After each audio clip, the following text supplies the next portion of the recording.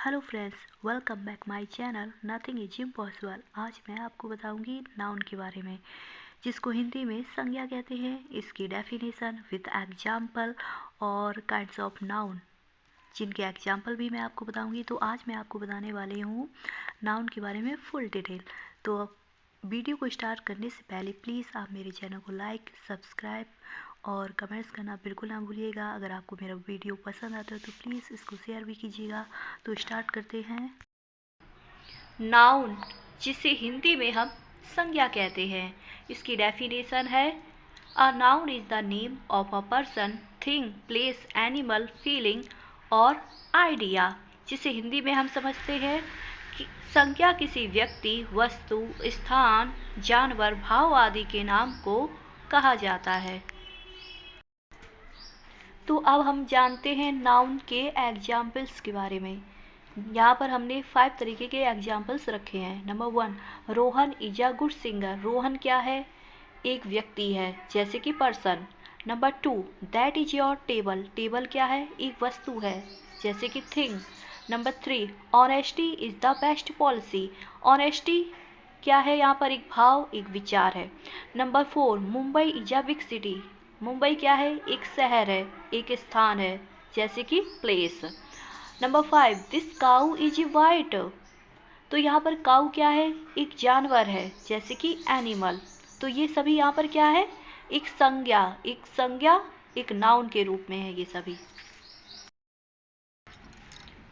Kinds of noun. Noun के parts.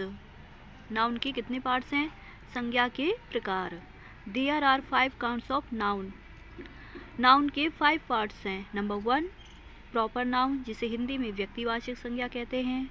Number 2, common noun, जिसे हिंदी में जातिवाचक संज्ञा कहते हैं। नंबर 3, कलेक्टिव नाउन, जिसे हिंदी में समूहवाचक संज्ञा कहते हैं। नंबर 4, मटेरियल नाउन, जिसे हिंदी में पदार्थवाचक संज्ञा कहते हैं। नंबर 5, अब्स्ट्रैक्ट नाउन, जिसे हिंदी में भाववाचक संज्ञा कहते हैं।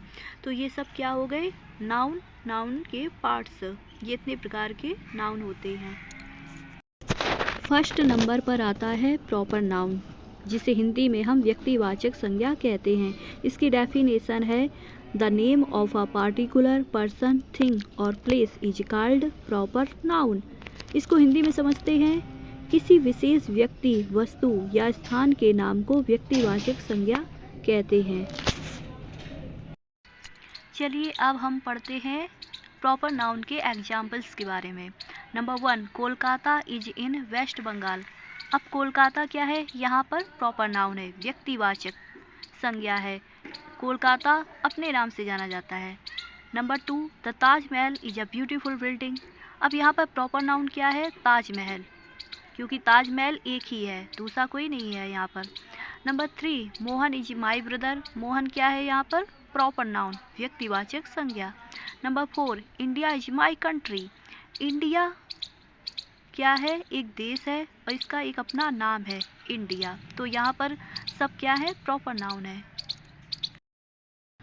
इसके बाद बात करते हैं सेकेंड पार्ट, कॉमन नाउन, जिसे हिंदी में कहते हैं जातिवाचक संज्ञा, जिसकी डेफिनेशन है the name by which every person or thing of any one class or caste is understood is called common noun. जिसे हिंदी में समझते हैं जिस नाम से किसी एक वर्ग या जाति के प्रत्येक व्यक्ति या वस्तु का बोध हो, वह जातिवाचक संज्ञा कहलाता है। तो अब हम देखते हैं कॉमन नाउन के एग्जाम्पल्स को। Number 1, trees are very useful. तो यहाँ पर ट्री क्या है? एक जाति के रूप में यहाँ पर इसको ट्रीज को दर्शाया गया है। यहाँ पर किसी एक पेड़ का नाम तो बताया नहीं गया है कि यहाँ पर किसका पेड़ है। यहाँ पर पेड़ों की जाति दर्शाएगी, तो यहाँ पर क्या है? Common noun. Number 2, cows eat the green grass. तो यहाँ पर गाय, ये तो नहीं बताया कि गाय कैसी है, सफ़ेद है, लाल है या काली है। तो यहाँ पर गाय को किस रूप में दर्शाया गया है? जाति के रूप में, कॉमन नाउन है यहाँ पर। Number 3, there are birds in the garden. तो यहाँ पर एक चिड़ियों की जाति दर्शाई गई है, ये नहीं बताया गया है कि यहाँ पर कौन सी चिड़िया है, क्या नाम है उसका। Number 4, she reads a book. तो यहाँ पर किसकी जाति दर्शाई गई है? बुक की, एक किताब की। ये नहीं बताया गया कि यहाँ पर कौन सी बुक है, उस बुक का नाम क्या है। तो यहाँ पर सब क्या है? कॉमन नाउन है, जातिवाचक संज्ञा। चलिए, तो अब हम बात करते हैं नाउन के 3 पार्ट्स के बारे में, जो है कलेक्टिव नाउन, जिसको हिंदी में कहते हैं समूहवाचक संज्ञा, जिसकी डेफिनेशन है the noun which denotes the group is called collective nouns, जिसको हिंदी में समझते हैं जिस नाउन से समूह का बोध हो वह समूहवाचक संज्ञा कहलाता है। इसके बाद अब हम देखते हैं कलेक्टिव नाउन के एग्जाम्पल को। Number 1, Indian team one the match yesterday. यहाँ पर एक टीम क्या है? एक ग्रुप की तरह है, जहाँ पर अनेक लोग काम करते हैं। तो यहाँ पर क्या होगा? कलेक्टिव नाउन, यानी कि समूहवाचक संज्ञा। Number 2, our army is very strong. तो आर्मी क्या है? एक पर्सन तो है नहीं, इसमें कई लोग हैं, तो यहाँ पर भी होगा collective noun. Number 3, there is a gang of thieves is the house. यहाँ पर भी होगा आपका collective noun. Number 4, our family goes for a walk daily. यहाँ पर भी आपका आएगा कलेक्टिव नाउन।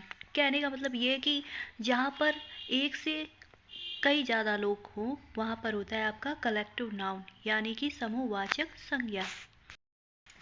इसके बाद आता है नाउन का 4th पार्ट, मैटेरियल नाउन, जिसको हिंदी में कहते हैं पदार्थवाचक संज्ञा। इसकी डेफिनेशन है the noun which denotes a substance from which another thing can be made is called a material.